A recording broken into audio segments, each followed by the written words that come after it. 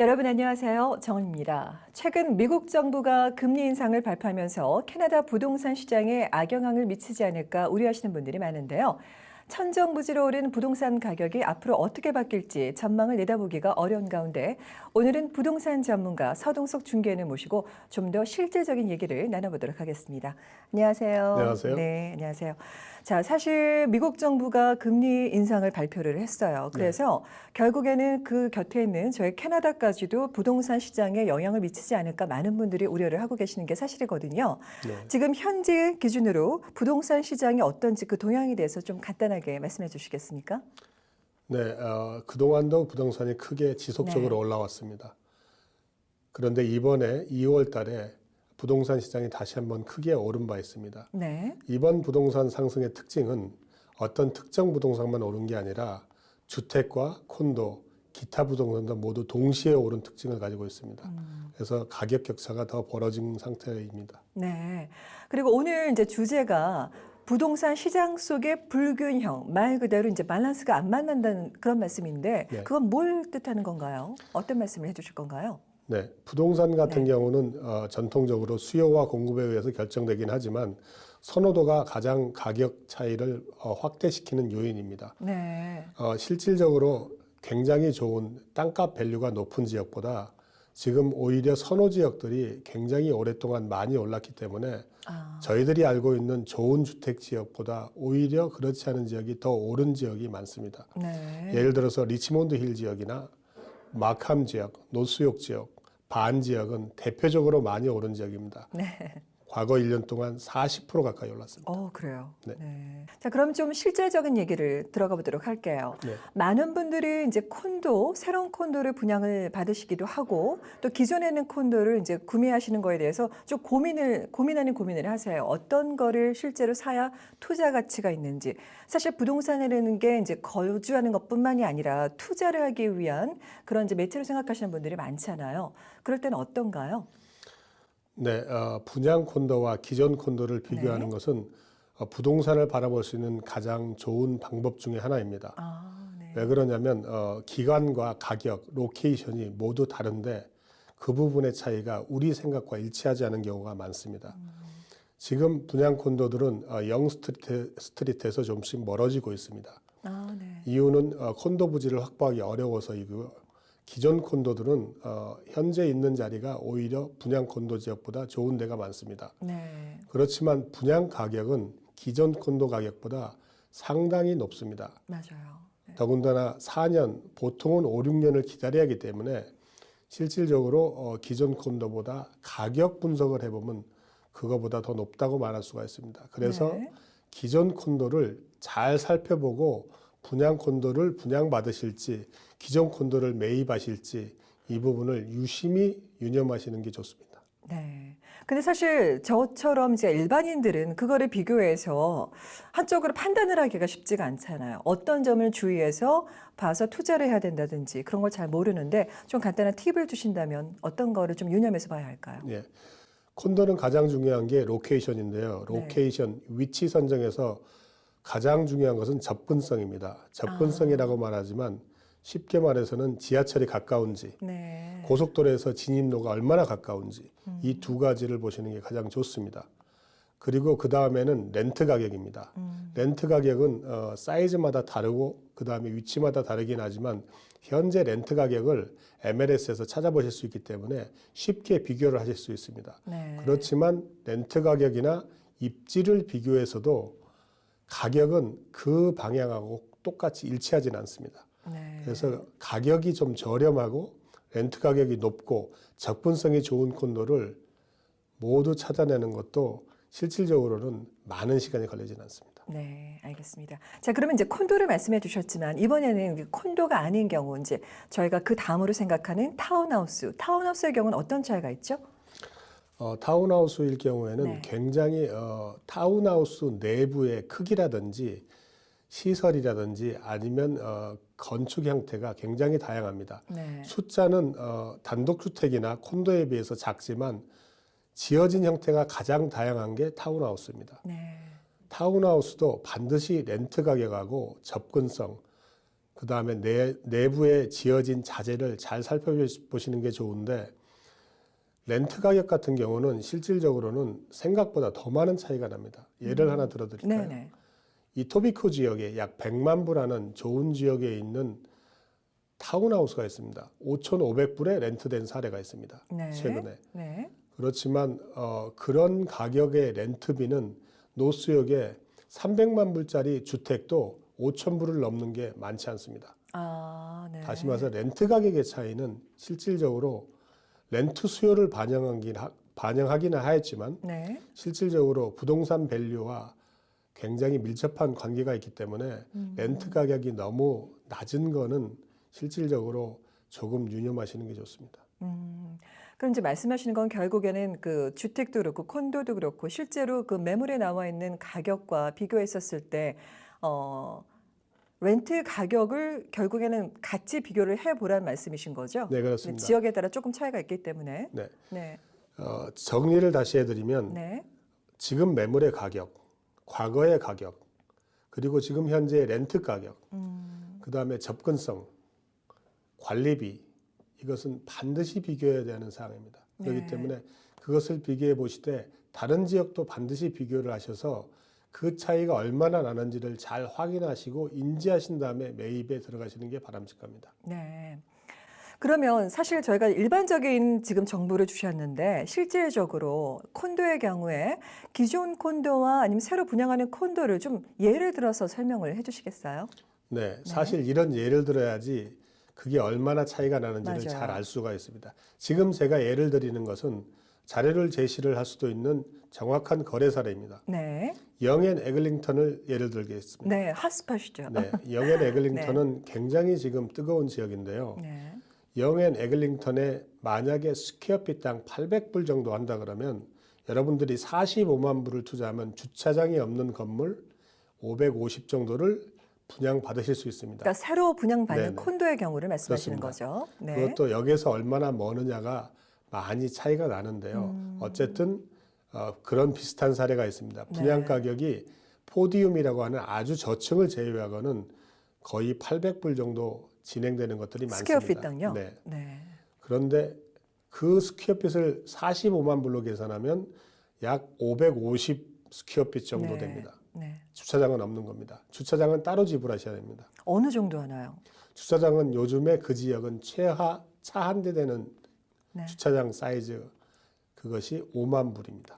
그 차이가 큰데요. 네, 5만 불 네. 혹은 6만 불, 6만 네. 몇천 불 이렇게 나가는데 5만 불 이하는 현재 요즘 주차장 분양받으실 금액은 없다고 보시면 됩니다. 5만 불 이하는 없습니다. 네. 근데 똑같이 주차장이 없지만 주차장을 렌트할 수 있는 밑에 주차장들이 있는 로케이션이 오히려 더 좋은 1,400 스퀘어핏이 넘는 10층짜리 콘도미니엄 코너 유닛이 1년도 안 된 기간에 45만 불에 매각된 사례가 있습니다.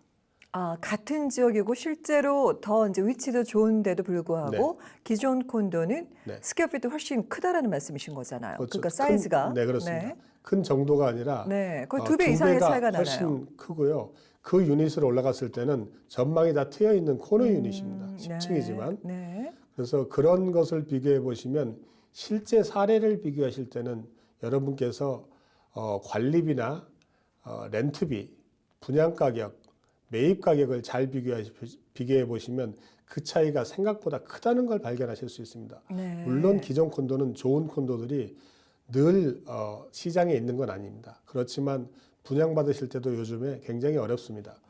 마찬가지로 그런 수고를 조금만 더 하신다 그러면 또 기다리고 찾으신다 그러면 기존 콘도를 훨씬 더 좋은 가격에 부동산 밸류에 비해서 좋은 가격에 매입할 수 있다고 생각합니다. 네. 근데 이제 제가 어떻게 생각하면 기호일 수도 있는데 같은 가격이지만 더 좋은 위치고 또 실제로 사이즈도 훨씬 크고 또 이제 렌트비도 뭐 더 비싸게 내지는 아니면 뭐 비슷하게 받는다고 했었을 때 당연히 기존 콘도를 선택하지 않을 이유가 없지만 그 얘기는 나중에 뭐 향후에 이제 투자 가치로 봤었을 때 그만큼 또 안 오르는 게 아닐까요? 그런 걱정들을 하게 되잖아요, 보통들. 네, 그런 기후도 좀 있으신데요. 네. 제가 부동산을 진행하면서 쭉 오랫동안 지켜보고 거래를 해본 결과는 사실 그것이 영향을 주는 팩트가 별로 크지 않습니다. 다시 말해서 준공이 된다고 난 다음에는 12년 된 콘도나 10년 된 콘도나 17년 된 콘도나 크게 차이가 없습니다. 네. 분양 시점에 굉장히 수요가 몰리기 때문에 혹은 준공 시점에 수요가 몰리기 때문에 일단 그런 현상을 보이기는 합니다만은 곧 시장의 조정에 의해서 가격은 어느 정도 정상을 찾아갑니다. 기존 콘도인 경우에 실질적으로 분석해 보면 기존 콘도가 왜 그렇게 가격이 낮은지 오히려 의아할 정도입니다. 네. 그렇지만 제가 이 코너에서 몇 번에 걸쳐서 말씀드린 주의사항이 있습니다만은 선입견을 버리셔야 됩니다. 선입견의 대표적인 걸 두 가지만 들겠습니다. 네. 하나는 베이비에 제가 집을 샀어. 그럼 어떤 분은 가격을 묻기 전에 잘 샀어. 좋은 데야. 네. 어떤 지역은 키렌핀지 집을 샀어. 거기 왜 샀어? 맞아요. 근데 가격을 저는 말하지 않았는데 그런 판단을 내는 게 대표적인 선입견입니다. 네. 그러니까 지역에 대한 가격을 말하지도 않았는데 만약에 키렌핀치에 100만 불짜리 주택을 제가 70만 불에 샀다면 아주 좋은 투자입니다. 그렇죠. 그렇지만 베이비 지역에 200만 불짜리 주택을 제가 270만 불 주고 샀다 그러면 굉장히 제가 비싸게 산 겁니다. 가격을 이야기하기 전에 어느 지역에 대한 선입견이 굉장히 많은 부분이 남아 있습니다. 네. 두 번째는 콘도인 경우에는 관리비에 대한 선입견입니다. 네, 맞아요. 관리비에 대해서는 항상 기준이 면적에 따라서 부과되는 것입니다. 그런데 어떤 분은 1,400 스퀘어핏 950불 관리비를 낸다고 했을 때 네. 600 스퀘어핏 550불이 관리비를 내는 거에 비해서는 너무 비싸다고 이야기하는데 전혀 왜냐하면 이제 논리적이지 숫자만 얘기를 하게 되면 상대적으로 그리고 또 오래된 콘도기 때문에 비싼 거 아니냐라는 그런 어떤 선입견을 가게 되잖아요. 보통 그렇지 않습니다. 네. 그래서 관리비는 반드시 스퀘어핏으로 나눠 가지고 생각을 하셔야 됩니다. 그렇죠. 네. 다시 말해서 600 스퀘어핏이 500불 혹은 400불 이렇게 했을 경우에 만약에 1,400 스퀘어핏은 과연 얼마인가 스퀘어핏당 이렇게 계산을 하지 않으시면 흔히 선입견과 오류에 대한 결과가 나타나게 됩니다. 네. 예, 알겠습니다. 자, 그러면 이번에는 이제 이런 얘기를 한번 나눠볼까 해요. 예를 들어서 같은 돈을 금액을 투자를 했었을 때, 네. 특히 이제 부동산 매물의 경우겠죠. 일반 주택과 상업용과는 어떤 차이가 있는 건가요? 상업용은 크게 두 가지로 나눌 수가 있는데요. 상업용 건물과 주택. 주택은 레지덴셜에 대한 법이 적용되고요. 그렇죠. 상업용은 커머셜이 적용되기 때문에 굉장히 다릅니다. 가장 중요한 다른 점은 주택에 세입자가 있을 경우에는 세입자에 대해서는 많은 권리가 주어지고 사실 좀 속을 속여도 쫓아내기가 쉽지가 않습니다. 네. 머리 좋은 세입자를 쫓아내기는 어렵습니다. 네. 커머셜인 경우에는 렌트비를 2주간만 딜레이해도 그 다음날 바로 자물쇠를 채울 수 있는 강력한 권리가 랜드로드한테 있습니다. 그렇기 때문에 네. 저희들이 이렇게 비즈니스 하시다가 갑자기 이렇게 딜레이하는 경우가 생겼을 경우에도 조금 봐주겠지 하는 것은 금물입니다. 네. 프로퍼티 매니저가 그 날짜 다음 날 즉시 자물쇠를 채우는 경우도 종종 토론토에도 있습니다. 네. 두 번째 다른 거는 상업용 건물과 주택은 실질적으로 투자 가치에 대해서 판이하게 다른 형상을 보이고 있습니다. 네. 주택에 대해서는 많이 아실 테니까 부연 설명을 좀 줄이고요. 상업용 건물은 상업용 건물을 잘 모르시기 때문에 상업용 건물에 대한 매력이 많이 홍보되어 있지 않습니다. 네. 실제적인 예를 좀 들어주세요. 예, 너무 막연하기 때문에. 예를 들어서 노스역 주택이 300만 불 하는 주택이 있습니다. 요즘에 많이 있습니다. 네. 그래서 좀 큰 주택은 300만 불 정도 하는 주택이 네. 있는데요. 베이비 지역은 400만 불 넘은 주택이 있으니까 300만 불 주택은 요즘에 큰 뉴스가 아닙니다. 그렇지만 노스역에 4,000 스퀘어핏 가까운 300만 불 정도 되는 주택 가격을 여러분들이 많이 아시는 스파다이나 블로워가 있는 UT 바로 옆에 다운타운이요? 네. 하버드 지역이 있는데요. 2층 건물이고 약 5개의 유닛이 장기 렌트를 들어가 있습니다. 네. 렌트비는 월 11,000불 정도 받지만 그게 300만 불입니다.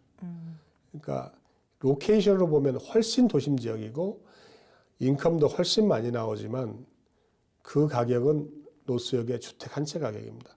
그것은 비교를 해보면 사실 주택이 좀 더 비싸든지 아니면 상업용 예를 든 건물이 좀 싸든지 둘 중에 하나겠죠. 네. 그러면은 결국에는 나중에 뭐 재산세라고 얘기를 하나요? 매년 네. 내는 그거에 있어서는 주거용이라든지 상업용이랑은 차이가 있을 거 아니에요. 거기서의 차이는 어떤가요? 차이가 있습니다. 상업용은 보통 텍스가 좀 더 많이 나오죠. 네.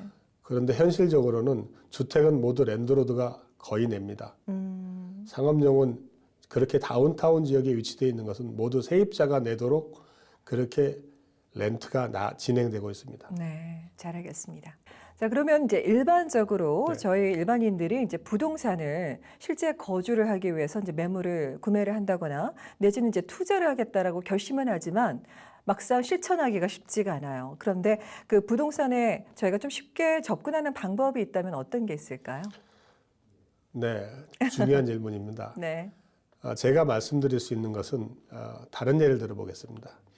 저희들이 라면을 끓일 때 가장 라면을 쉽게 잘 끓이는 방법은 뒷면에 설명서에 다 나와 있습니다. 네. 전문가들이 다 그것을 잘 평가해가지고 거기다가 적어놨습니다. 네. 즉 냄비에다가 물을 넣고 어느 정도의 양을 넣고 4, 5분 끓인 다음에 뭐 어떻게 드시라 네, 이렇게 네. 잘 나와 있습니다. 그대로 끓이시면 뭐 무난하거나 아주 잘 끓인 라면이 될 것입니다. 그 다음에는 여러분들이 만약에 자제분이 정말 공부를 잘하고 또 부모님이 세계적인 탑 대학교에 진학을 시키고 싶다라고 했을 경우에는 저희들이 여러 가지 방법을 제시할 수 있겠지만 전 개인적으로 토론토에서 가장 많이 탑 대학의 학생들을 진학시킨 학교로 보내면 됩니다. 그렇죠. 네. 그게 네. 제가 생각하는 일반론입니다. 특별한 의견을 갖고 있을 수는 있겠지만 일반론이 가장 확률적으로나 현실적입니다. 만약에 여러분께서 잘 부동산을 투자를 하거나 고르시려고 하신다면 첫 번째 선입견을 버리고 시장에 관심을 가지셔야 됩니다. 부동산 시장에. 네네. 네. MLS에 보통 다 사이트에 나오기 때문에 관심 가지고 있는 지역을 중간중간 시간 날 때 보시고 그 동향이나 사진이나 이런 걸 유념해서 시간 날 때 좀 보시기 바랍니다. 네. 선입견을 버리시고 보시고 싶으신 지역을 계속 찾아서 보신다면 여러분들이 그 지역에 대한 감이 생길 겁니다. 네. 제가 이 말씀을 드리는 것은 제가 아무리 전문적인 의견을 드려도 그 지역에 대한 정보가 너무 없으시면 제 말 자체에 신뢰를 못 하시거나 잘 네. 못 알아듣실 수도 있습니다. 그렇죠. 아무래도 전혀 모르는 상태에서 들으면 그거를 이제 믿기가 쉽지가 않죠. 이해를 특히 받아들이는 것도 마찬가지고요. 그렇습니다. 네. 그렇게 어떤 원하는 지역에 지속적으로 관심을 가지신 다음에 그 지역에 대해서 조사를 의뢰하거나 좋은 부동산 리얼터나 다른 전문적인 의견을 가진 사람한테 의뢰를 한다 그러면 실질적으로 비용을 들이지 않고도 좋은 의견을 많이 듣고 행동하기 전에 충분히 참고할 수가 있습니다. 네. 부연 설명을 드리자 보면 전문가라고 하면 실질적으로 당연히 자격증이나 경력이 있어야 되겠죠. 맞아요. 그 다음에 전문가도 제가 생각할 때는 너무 많은 분야를 다루고 있는 전문가는 바람직하지 않다고 봅니다. 그래서 어떤 사람들은 어떤 분야에 특징이 있고 장점이 있는 분이 있고 어떤 분야에는 단점이 있는 분이 있습니다. 그렇기 때문에 여러분들이 원하는 부동산의 형태와 금액, 용도에 따라서 저분이면 적당하겠다. 이렇게 생각하시는 분을 잘 찾아보시고 그분한테 네. 전문적인 의견을 들으시는 게 좋습니다. 네. 네, 그럼 마지막으로 사실 요즘 같은 부동산 그 화랑 속에서 불균형에 대해서 지금 쭉 말씀을 해주셨잖아요. 그럼 부동산 시장 속의 불균형 가운데에서 우리 시청자 여러분들이 좀 앞으로 유념하셔야 되는 점들에 대해서 간략하게 한 말씀 부탁드리겠습니다. 네. 부동산이 굉장히 많은 돈을 들여서 결정해야 되는 중요한 행동 중에 하나입니다. 부동산 의견을 여러분들께서 들으시려고 하실 때는 가장 중요한 것은 상식을 통한 접근입니다. 상식적이지 않은 발언이나 여러분들한테 권유사항은 가급적 배제하시는 게 좋습니다. 두 번째는 시장을 철저히 봐야지 시장의 불균형을 찾아낼 수 있습니다. 시장의 불균형이라고 제가 표현하는 것은 시장은 모두 같은 가격으로 일률적으로 평가되어 있지 않습니다. 고평가된 게 있고 저평가된 게 있습니다. 저평가된 건 앞으로 가격을 회복할 가능성이 훨씬 높은 겁니다.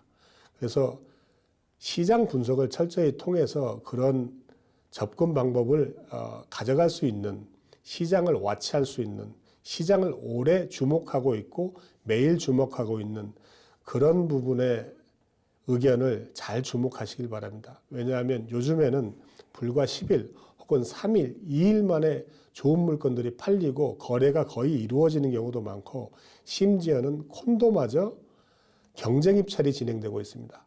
따라서 리얼터는 마찬가지고 실질적으로 거래를 하려고 하실 경우에는 그 당시에는 매일을 하나같이 주목을 하셔야 되는 시장을 와치하시길 바랍니다. 선택은 남이 하는 것이 아니라 바로 내가 하는 것입니다. 나의 책임 아래 행해지는 것인데요. 따라서 그 결과에 대한 책임도 바로 나의 몫이죠. 부동산 투자뿐만이 아니라 모든 선택에 있어서 선택 이후의 상황들이 과연 어떻게 펼쳐지는지 예의주시해서 더 넓은 공동의 성과로 이뤄질 수 있도록 바라보시기 바라며 오늘 순서 여기서 모두 마치겠습니다. 시청해주신 여러분 고맙습니다. 본 프로그램은 메이크업 협찬 미라전, 헤어 협찬 김은한 헤어살롱 제공입니다.